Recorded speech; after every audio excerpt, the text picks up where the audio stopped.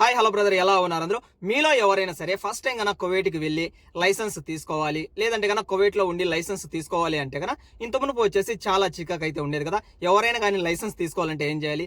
First driving స్కూల్కి వెళ్ళాలి, అక్కడ వెళ్ళిన తర్వాత ఫీజు కట్టాలి, అదేవిధంగా అప్లికేషన్ ఫామ్ని ఫిలప్ చేయాలి, ఆ తర్వాత వాళ్ళు డేట్ ఇస్తారు. ఇంత తతంగం అయితే ఉండేది. ఇంతకుముందు మనం లైసెన్స్ తయారు చేయించుకోవాలి, అదేవిధంగా అప్లై చేయాలి అంటే. ఇప్పుడు వచ్చేసి కువైట్కి సంబంధించినటువంటి ట్రాఫిక్ డిపార్ట్మెంట్ వాళ్ళు చాలా సులభతరం అయితే చేశారు. అది ఎలాగంటే సాహెల్ యాప్ అంటే ఇక్కడ మీకు సైడ్ కూడా ఇస్తున్నా చూడండి.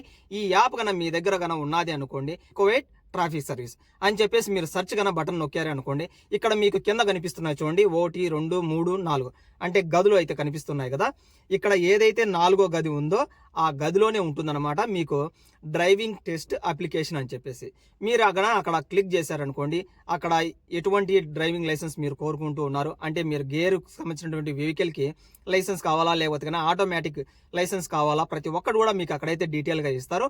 మీరు అప్పుడు కన్నా ఓకే చేశారంటే కన్నా మీకు డైరెక్ట్గా మీకు ఒక డేట్ అన్నది ఇస్తారు. ఆ డేట్ సమయంలో మీరు డ్రైవింగ్ టెస్ట్కి వెళ్ళినప్పుడు ఫీజు కట్టేసి హ్యాపీగా అక్కడికి వెళ్ళేసి మీరు ఫీజు కట్టేసి డైరెక్ట్గా మీరు కార్ అయితే నడిపేయచ్చు, అదే విధంగా లైసెన్స్ అయితే తెచ్చుకోవచ్చు బ్రో. చాలా హ్యాపీగా అయితే ఉంది ఈ అప్లికేషన్ కూడా, మీకు అందరికి కూడా చాలా ఉపయోగపడుతుంది. అయితే ఈ అప్లికేషన్ ఎవరు ఫిలప్ చేసుకోవాలి అంటే కనుక మీకు పర్ఫెక్ట్గా డ్రైవింగ్ వస్తుంది. ఒకవేళ కువైట్కి సంబంధించినటువంటి వాళ్ళు అంటే ట్రాఫిక్ డిపార్ట్మెంట్కి సంబంధించినటువంటి పోలీస్ ఆఫీసర్స్ మన పక్కన కూర్చొని లెఫ్ట్కి వెళ్ళు, రైట్కి వెళ్ళు, ఆగు, వెనక్కి చూడు, ముందుకు చూడు అని చెప్పేసి కొద్దిగా కన్ఫ్యూజన్ అయితే చేస్తూ ఉంటారు కదా. అటువంటి కన్ఫ్యూజన్స్ ఏమీ లేకుండా నేను పర్ఫెక్ట్గా నేను డ్రైవ్ చేయగలుగుతాను అనేటటువంటి వాళ్ళు మాత్రమే ఈ విధంగా మీరు అప్లికేషన్ని ఫిలప్ చేసుకొని ఎటువంటి డ్రైవింగ్ స్కూల్స్కి వెళ్లకుండా మీరు డైరెక్ట్గా అయితే వెళ్ళిపోండి. లేదు మాకు కాస్త డ్రైవింగ్లో మెలకువలు తక్కువ, అదే విధంగా కారు తోలేము అనేటటువంటి అనుమానం ఉన్నటువంటి వాళ్ళు మాత్రం ఖచ్చితంగా డ్రైవింగ్ స్కూల్కి అయితే వెళ్ళండి బ్రో. ఈ విషయాన్ని అయితే గుర్తుపెట్టుకోండి.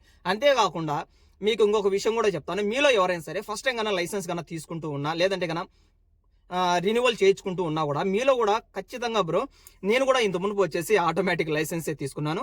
అయితే అప్పుడైతే నాకు తెలియదు అనమాట ఈ గేర్ వెహికల్కి అదే విధంగా ఆటోమేటిక్ ఏదైతే కారు ఉందో వాటికి మధ్య వ్యత్యాసం తెలియక నేను కూడా ఆటోమేటిక్ సంబంధించినటువంటి లైసెన్సే తీసుకున్నాను. అందుకని చెప్పేసి మీలో ఎవరైనా సరే ఒకవేళ ఫస్ట్ టైం కన్నా తీసుకుంటూ ఉంటే కన్నా ఖచ్చితంగా గేర్ వెహికల్కి సంబంధించినటువంటి లైసెన్సే తీసుకోండి.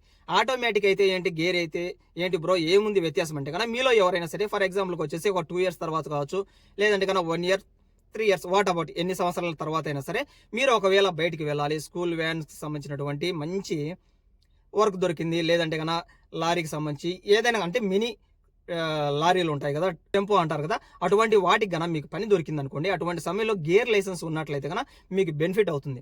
ఆటోమేటిక్ లైసెన్స్ ఉన్నప్పుడు మీరు గేర్ వెహికల్ తోలడం అనేది చట్టరీత్యా నేరం అవుతుంది. అందుకని చెప్పేసి ప్రతి ఒక్కరు కూడా గేర్ వెహికల్కి సంబంధించినటువంటి లైసెన్స్కే ప్రిఫరెన్స్ అయితే ఇవ్వండి. Have a nice day on. Bye bye.